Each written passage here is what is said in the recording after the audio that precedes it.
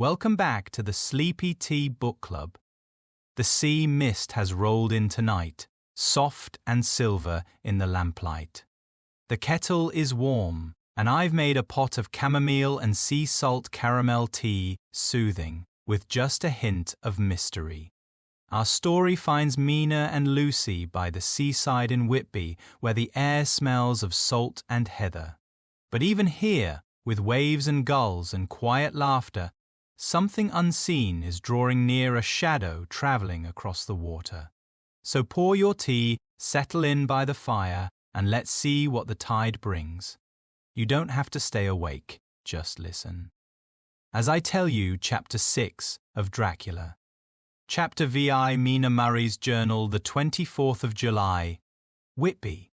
Lucy met me at the station, looking sweeter and lovelier than ever, and we drove up to the house at the Crescent in which they have rooms. This is a lovely place. The little river, the Esk, runs through a deep valley, which broadens out as it comes near the harbour. A great viaduct runs across, with high piers, through which the view seems somehow further away than it really is. The valley is beautifully green, and it is so steep that when you are on the high land on either side you look right across it, unless you are near enough to see down. The houses of the old town the side away from us are all red-roofed, and seem piled up one over the other anyhow, like the pictures we see of Nuremberg. Right over the town is the ruin of Whitby Abbey, which was sacked by the Danes, and which is the scene of part of Marmion, where the girl was built up in the wall. It is a most noble ruin, of immense size and full of beautiful and romantic bits. There is a legend that a white lady is seen in one of the windows. Between it and the town there is another church, the parish one, round which is a big graveyard, all full of tombstones. This is to my mind the nicest spot in Whitby, for it lies right over the town, and has a full view of the harbour and all up the bay to where the headland stretches out into the sea. It descends so steeply over the harbour that part of the bank has fallen away, and some of the graves have been destroyed. In one place part of the stonework of the graves stretches out over the sandy pathway far below. There are walks, with seats beside them, through the churchyard, and people go and sit there all day long, looking at the beautiful view and enjoying the breeze. I shall come and sit here very often myself and work. Indeed, I am writing now, with my book on my knee, and listening to the talk of 3 old men who are sitting beside me. They seem to do nothing all day but sit up here and talk. The harbour lies below me, with, on the far side, one long granite wall stretching out into the sea, with a curve outwards at the end of it, in the middle of which is a lighthouse. A heavy swall runs along outside of it. On the near side, the swall makes an elbow crooked inversely, and its end too has a lighthouse. Between the 2 piers there is a narrow opening into the harbour, which then suddenly widens. It is nice at high water, but when the tide is out it shoals away to nothing, and there is merely the stream of the Esk running between banks of sand with rocks here and there. Outside the harbour on this side there rises for about half a mile a great reef, the sharp edge of which runs straight out from behind the south lighthouse. At the end of it is a buoy with a bell, which swings in bad weather and sends in a mournful sound on the wind. They have a legend here that when a ship is lost bells are heard out at sea.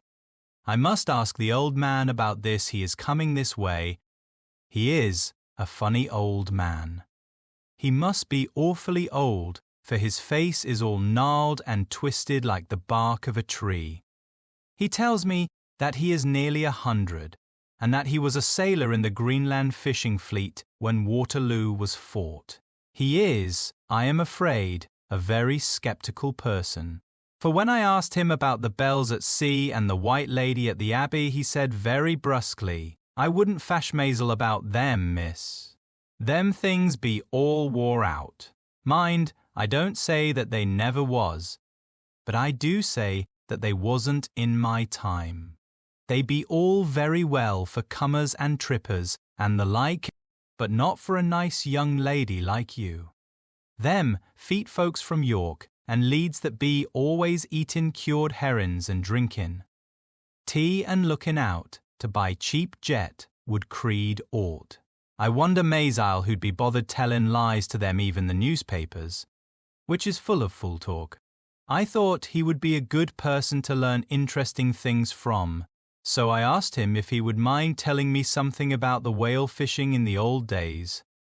He was just settling himself to begin when the clock struck 6, whereupon he laboured to get up and said, "I must gang Agianwards home now, miss. My granddaughter doesn't like to be kept waitin' when the tea is ready, for it takes me time to crammel aboon the grease, for there be a many of 'em, and miss, I lack Bellatimber sarely by the clock." He hobbled away, and I could see him hurrying, as well as he could, down the steps. The steps are a great feature on the place. They lead from the town up to the church. There are hundreds of them. I do not know how many, and they wind up in a delicate curve. The slope is so gentle that a horse could easily walk up and down them. I think they must originally have had something to do with the abbey. I shall go home too. Lucy went out visiting with her mother, and as they were only duty calls, I did not go. They will be home by this. The 1st of August. I came up here an hour ago with Lucy, and we had a most interesting talk with my old friend and the 2 others who always come and join him. He is evidently the Sir Oracle of them, and I should think must have been in his time a most dictatorial person. He will not admit anything and downfaces everybody. If he can't out-argue them, he bullies them, and then takes their silence for agreement with his views. Lucy was looking sweetly pretty in her white lawn frock. She has got a beautiful colour since she has been here. I noticed that the old men did not lose any time in coming up and sitting near her when we sat down. She is so sweet with old people, I think they all fell in love with her on the spot. Even my old man succumbed and did not contradict her, but gave me double share instead. I got him on the subject of the legends, and he went off at once into a sort of sermon. I must try to remember it and put it down. It be all fool talk, lock, stock, and barrel, that's what it be, and nowt else. These bands and wafts and boghosts and bargists and bargists and bogles and all ain't them, is only fit to set bands and dizzy women a belderin. They be nowt but air blebs. They, and all grims and signs and warnings, be all invented by parsons and ilsome buke bodies and railway touters to skeer and scunner halflins, and to get folks to do something that they don't other incline to. It makes me ireful to think o' them. Why, it's them that, not content with printin' lies on paper and preachin' them out of pulpits, does want to be cuttin' them on the tombstones. Look here all around you, in what airt ye will. All them steens, holding up their heads as well as they can out of their pride, is a can simply tumblin' down with the weight o' the lies wrote on them. Here lies the body or sacred to the memory wrote on all of them, and yet in nigh half of them there bean't no bodies at all, and the memories of them bean't cared a pinch of snuff about, much less sacred. Lies all of them, nothing but lies of one kind or another. My gog, but it'll be a quare scowdament at the day of judgment when they come tumblin' up in their death sarks, all duped together and trying to drag their tombstones with them, to prove how good they was. Some of them trimlin' and ditherin', with their hands that dozened and slippy from lyin' in the sea that they can't even keep their grup o' them. I could see from the old fellow's self-satisfied air and the way in which he looked round for the approval of his cronies that he was showing off, so I put in a word to keep him going. "Oh, Mr. Swalls, you can't be serious. Surely these tombstones are not all wrong? Yablins, there may be a poorish few not wrong. Savin, where they make out the people too good. For there be folk that do think a bombole be like the sea, if only it be their own. The whole thing be only lies. Now, look you here, you come here a stranger, and you see this Kirk Garth. I nodded, for I thought it better to assent, though I did not quite understand his dialect. I knew it had something to do with the church. He went on, and you consait that all these steens be aboon folk that be happed here, snod and snog? I assented again. Then that be just where the lie comes in. Why, there be scores of these labheads that be tomb as old duns back a box on Friday night. He nudged one of his companions, and they all laughed. And my gog, how could they be otherwise? Look at that one, the aftest abaft the beer bank. Read it. I went over and read Edward Spencer log, Master Mariner, murdered by pirates off the coast of Andres, April 1854, eat 30.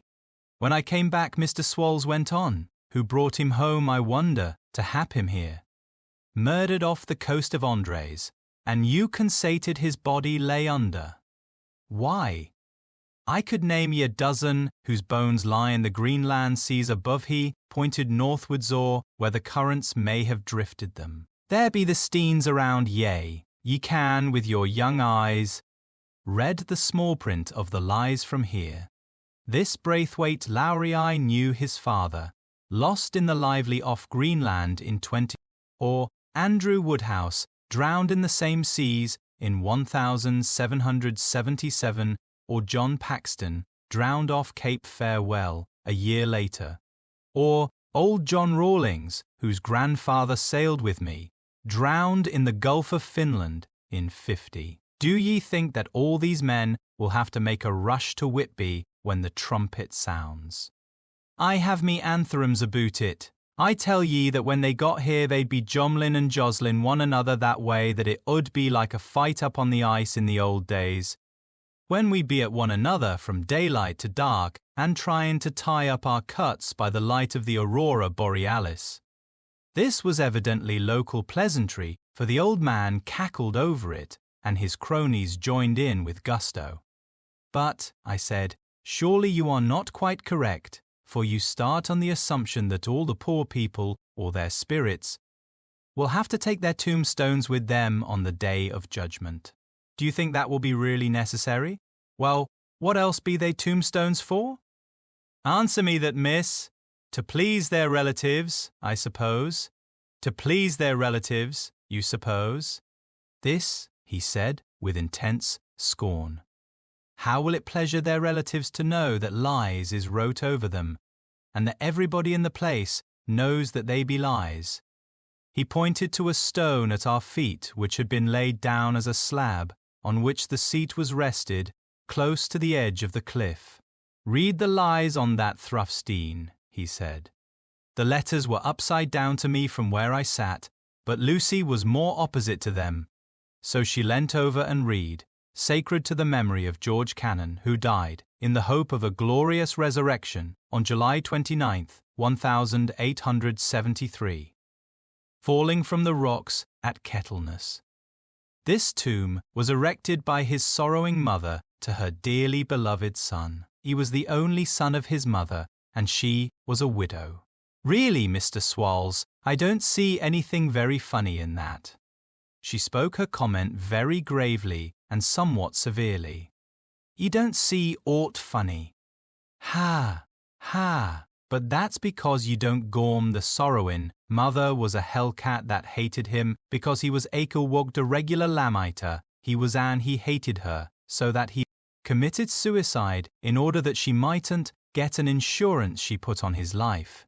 He blew nigh the top of his head off with an old musket that they had for scarin' the crows with. 'Twarn't for crows then, for it brought the clegs and the daubs to him. That's the way he fell off the rocks.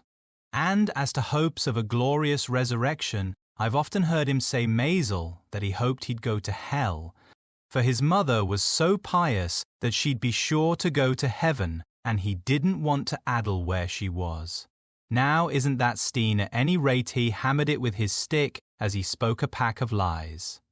And won't it make Gabriel cackle when Geordie comes panting up the grease with the tombstone balanced on his hump and asks it to be took as evidence? I did not know what to say, but Lucy turned the conversation as she said, rising up, "Oh, why did you tell us of this? It is my favourite seat, and I cannot leave it, and now I find I must go on sitting over the grave of a suicide.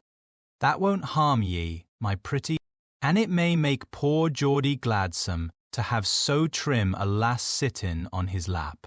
That won't hurt ye. Why, I've sat here off and on for nigh 20 years past, and it hasn't done me no harm. Don't ye fash about them as lies under ye, or that dosen lie there either. It'll be time for ye to be getting scart when ye see the tombstones all run away with, and the place as bare as a stubble field. There's the clock, and I must gang. My service to ye, ladies." And off he hobbled. Lucy and I sat a while, and it was all so beautiful before us that we took hands as we sat, and she told me all over again about Arthur and their coming marriage. That made me just a little heartsick, for I haven't heard from Jonathan for a whole month, the same day. I came up here alone, for I am very sad. There was no letter for me. I hope there cannot be anything the matter with Jonathan. The clock has just struck 9. I see the lights scattered all over the town, sometimes in rows where the streets are, and sometimes singly. They run right up the Esk and die away in the curve of the valley. To my left the view is cut off by a black line of roof of the old house next the abbey. The sheep and lambs are bleating in the fields away behind me, and there is a clatter of a donkey's hoofs up the paved road below. The band on the pier is playing a harsh waltz in good time, and further along the quay there is a Salvation Army meeting in a back street. Neither of the bands hears the other, but up here I hear and see them both. I wonder where Jonathan is and if he is thinking of me. I wish he were here. Dr. Seward's Diary, the 5th of June. The case of Renfield grows more interesting the more I get to understand the man. He has certain qualities very largely developed selfishness, secrecy, and purpose. I wish I could get at what is the object of the latter. He seems to have some settled scheme of his own, but what it is I do not yet know. His redeeming quality is a love of animals, though, indeed, he has such curious turns in it that I sometimes imagine he is only abnormally cruel. His pets are of odd sorts. Just now his hobby is catching flies. He has at present such a quantity that I have had myself to expostulate. To my astonishment, he did not break out into a fury as I expected, but took the matter in simple seriousness. He thought for a moment and then said, "May I have 3 days? I shall clear them away." Of course, I said that would do. I must watch him. The 18th of June. He has turned his mind now to spiders and has got several very big fellows in a box. He keeps feeding them with his flies, and the number of the latter is becoming sensibly diminished, although he has used half his food in attracting more flies from outside to his room. The 1st of July. His spiders are now becoming as great a nuisance as his flies, and today I told him that he must get rid of them. He looked very sad at this, so I said that he must clear out some of them, at all events. He cheerfully acquiesced in this, and I gave him the same time as before for reduction. He disgusted me much while with him, for when a horrid blowfly, bloated with some carrion food, buzzed into the room, he caught it, held it exultantly for a few moments between his finger and thumb, and, before I knew what he was going to do, put it in his mouth and ate it. I scolded him for it, but he argued quietly that it was very good and very wholesome, that it was life, strong life, and gave life to him. This gave me an idea, or the rudiment of one. I must watch how he gets rid of his spiders. He has evidently some deep problem in his mind, for he keeps a little notebook in which he is always jotting down something.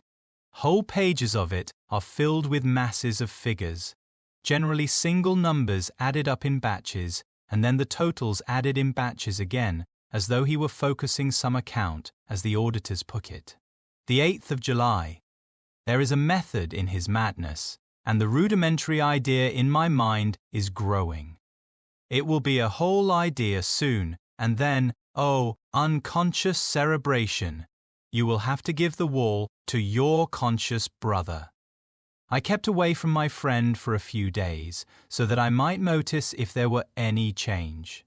Things remain as they were, except that he has parted with some of his pets and got a new one. He has managed to get a sparrow and has already partially tamed it. His means of taming is simple, for already the spiders have diminished. Those that do remain, however, are well fed, for he still brings in the flies by tempting them with his food. The 19th of July. We are progressing. My friend has now a whole colony of sparrows, and his flies and spiders are almost obliterated. When I came in, he ran to me and said he wanted to ask me a great favor, very, very great favor, and as he spoke he fawned on me like a dog. I asked him what it was, and he said, with a sort of rapture in his voice and bearing, a kitten, a nice little sleek, playful kitten that I can play with and teach and feed and feed and feed and feed. I was not unprepared for this request, for I had noticed how his pets went on increasing in size and vivacity, but I did not care that his pricky family of tame sparrows should be wiped out in the same manner as the flies and the spiders. So I said I would see about it, and asked him if he would not rather have a cat than a kitten. His eagerness betrayed him as he answered, "Oh, yes, I would like a cat. I only asked for a kitten lest you should refuse me a cat. No one would refuse me a kitten, would they?" I shook my head and said that at present I feared it would not be possible, but that I would see about it. His face fell, and I could see a warning of danger in it, for there was a sudden fierce sidelong look which meant killing. The man is an undeveloped homicidal maniac. I shall test him with his present craving and see how it will work out then. I shall know more. 10 p.m. I have visited him again and found him sitting in a corner brooding. When I came in, he threw himself on his knees before me and implored me to let him have a cat, that his salvation depended upon it. I was firm, however, and told him that he could not have it, whereupon he went without a word and sat down, gnawing his fingers, in the corner where I had found him. I shall see him in the morning early. The 20th of July. Visited Renfield very early, before the attendant went his rounds. Found him up and humming a tune. He was spreading out his sugar, which he had saved, in the window, and was manifestly beginning his fly-catching again, and beginning it cheerfully and with a good grace. I looked around for his birds, and not seeing them, asked him where they were. He replied, without turning round, that they had all flown away. There were a few feathers about the room, and on his pillow a drop of blood. I said nothing, but went and told the keeper to report to me if there were anything odd about him during the day. 11 m. The attendant has just been to me to say that Renfield has been very sick and has disgorged a whole lot of feathers. My belief is, doctor, he said, that he has eaten his birds and that he just took and ate them raw. 11 p.m. I gave Renfield a strong opiate tonight, enough to make even him sleep, and took away his pocketbook to look at it. The thought that has been buzzing about my brain lately is complete, and the theory proved. My homicidal maniac is of a peculiar kind. I shall have to invent a new classification for him, and call him esophagus life-eating. Maniac, what he desires is to absorb as many lives as he can, and he has laid himself out to achieve it in a cumulative way. He gave many flies to one spider and many spiders to one bird, and then wanted a cat to eat the many birds. What would have been his later steps? It would almost be worthwhile to complete the experiment. It might be done if there were only a sufficient cause. Men sneered at vivisection, and yet look at its results today. Why not advance science in its most difficult and vital aspect, the knowledge of the brain?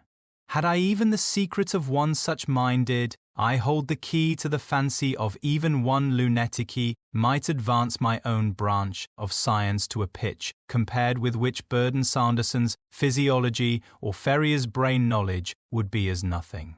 If only there were a sufficient cause. I must not think too much of this, or I may be tempted a good cause might turn the scale with me, for may not I too be of an exceptional brain, congenitally? How well the man-reasoned lunatics always do within their own scope. I wonder at how many lives he values a man, or if at only one. He has closed the account most accurately, and today begun a new record. How many of us begin a new record with each day of our lives? To me, it seems only yesterday that my whole life ended with my new hope, and that truly I began a new record. So it will be until the great recorder sums me up and closes my ledger account with a balance to profit or loss. Oh, Lucy, Lucy, I cannot be angry with you, nor can I be angry with my friend, whose happiness is yours, but I must only wait on hopeless and work. Work! Work! If I only could have as strong a cause as my poor mad friend, there a good, unselfish cause to make me work, that would be indeed happiness. Mina Murray's Journal, the 26th of July. I am anxious, and it soothes me to express myself here. It is like whispering to one's self and listening at the same time. And there is also something about the shorthand symbols that makes it different from writing. I am unhappy about Lucy and about Jonathan. I had not heard from Jonathan for some time and was very concerned, but yesterday, dear Mr. Hawkins, who is always so kind, sent me a letter from him. I had written asking him if he had heard, and he said the enclosed had just been received. It is only a line dated from Castle Dracula and says that he is just starting for home. That is not like Jonathan. I do not understand it, and it makes me uneasy. Then, too, Lucy, although she is so well, has lately taken to her old habit of walking in her sleep. Her mother has spoken to me about it, and we have decided that I am to lock the door of our room every night. Mrs. Westenra has got an idea that sleepwalkers always go out on roofs of houses and along the edges of cliffs, and then get suddenly wakened and fall over with a despairing cry that echoes all over the place. Poor dear, she is naturally anxious about Lucy, and she tells me that her husband, Lucy's father, had the same habit, that he would get up in the night and dress himself and go out if he were not stopped. Lucy is to be married in the autumn, and she is already planning out her dresses and how her house is to be arranged. I sympathize with her, for I do the same, only Jonathan and I will start in life in a very simple way, and shall have to try to make both ends meet. Mr. Holmwoody is the Hon. Arthur Holmwood, only son of Lord Godalming, is coming up here very shortly as soon as he can leave town, for his father is not very well, and I think dear Lucy is counting the moments till he comes. She wants to take him up to the seat on the churchyard cliff and show him the beauty of Whitby. I dare say it is the waiting which disturbs her. She will be all right when he arrives. The 27th of July. No news from Jonathan. I am getting quite uneasy about him, though why I do not know, but I do wish that he would write, if it were only a single line. Lucy walks more than ever, and each night I am awakened by her moving about the room. Fortunately, the weather is so hot that she cannot get cold, but still the anxiety and the perpetually being wakened is beginning to tell on me, and I am getting nervous and wakeful myself. Thank God, Lucy's health keeps up. Mr. Holmwood has been suddenly called to ring to see his father, who has been taken seriously ill. Lucy frets at the postponement of seeing him, but it does not touch her looks. She is a trifle stouter, and her cheeks are a lovely rose pink. She has lost that anemic look which she had. I pray it will all last. The 3rd of August. Another week gone, and no news from Jonathan, not even to Mr. Hawkins, from whom I have heard. Oh, I do hope he is not ill. He surely would have written. I look at that last letter of his, but somehow it does not satisfy me. It does not read like him, and yet it is his writing. There is no mistake of that. Lucy has not walked much in her sleep the last week, but there is an odd concentration about her which I do not understand. Even in her sleep, she seems to be watching me. She tries the door, and finding it locked, goes about the room searching for the key. The 6th of August. Another 3 days, and no news. This suspense is getting dreadful. If I only knew where to write to, or where to go to, I should feel easier. But no one has heard a word of Jonathan since that last letter. I must only pray to God for patience. Lucy is more excitable than ever, but is otherwise well.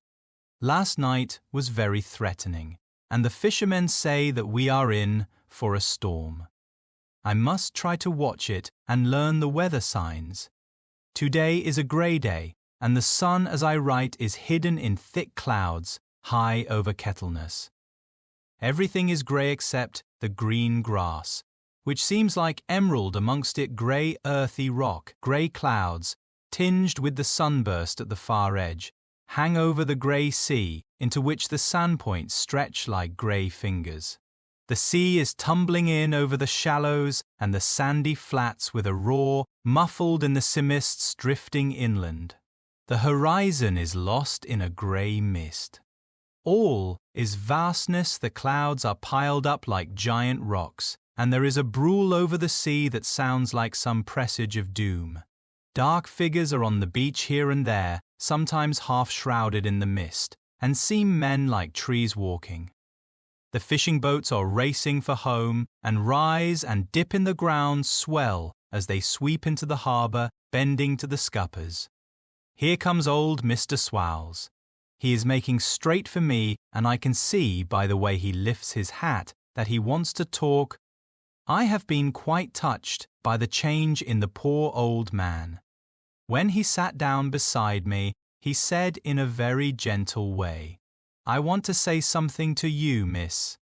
I could see he was not at ease, so I took his poor old wrinkled hand in mine and asked him to speak fully. So he said, leaving his hand in mine, "I'm afraid, my dearie, that I must have shocked you by all the wicked things I've been saying about the dead and such like for weeks past. But I didn't mean them, and I want you to remember that when I'm gone. We old folks that be daffled, and with 1 foot abaft the crocule, don't altogether like to think of it, and we don't want to feel scart of it. And that's why I've took to mackin' light of it, so that I'd cheer up my own heart a bit. But, Lord love ye, miss, I ain't afraid of dyin', not a bit, only I don't want to die if I can help it. My time must be nigh at hand now, for I be old, and 100 years is too much for any man to expect, and I'm so nigh it that the old man is already whettin' his scythe. You see, I can't get out o' the habit of caffin about it all at once. The shafts will wag as they be used to. Some day soon the angel of death will sound his trumpet for me. But don't ye duel and greet, my dearie, for he saw that I was crying. If he should come this very night, I'd not refuse to answer his call. For life be, after all, only a waitin' for something else than what we're doin', and death be all that we can rightly depend on. But I'm content, for it's comin' to me, my dearie, and comin' quick. It may be comin' while we be lookin' and wonderin'. Maybe it's in that wind out over the sea that's bringin' with it loss and wreck, and sore distress and sad hearts. Look! Look! He cried suddenly. There's something in that wind and in the host beyonte that sounds and looks and tastes and smells like death. It's in the air, I feel it coming. Lord, make me answer cheerful when my call comes. He held up his arms devoutly and raised his hat. His mouth moved as though he were praying. After a few minutes' silence, he got up, shook hands with me, and blessed me, and said goodbye, and hobbled off. It all touched me and upset me very much. I was glad when the Coast Guard came along with his spyglass under his arm. He stopped to talk with me, as he always does, but all the time kept looking at a strange ship. I can't make her out, he said. She's a Russian, by the look of her, but she's knocking about in the queerest way. She doesn't know her mind a bit. She seems to see the storm coming, but can't decide whether to run up north in the open or to put in here. Look there again. She is steered mighty strangely, for she doesn't mind the hand on the wheel. Changes about with every puff of wind. We'll hear more of her before this time tomorrow. Thank you for spending your evening here with me at the Sleepy Tea Book Club. The fire has burned low, and our tea has gone cool. We've turned another page in our long and shadowed journey, and though the night grows deeper, there's still more waiting in the dark, more letters, more whispers, more secrets yet to come. If you're still awake, take a moment to breathe and rest your eyes. And if you've drifted off, that's perfectly all right. The story will be here when you return. Join me next time when we open the next chapter of Dracula together. Tell me in the comments what tea you had tonight and what you think of the count so far. Sleep softly, and I'll see you soon.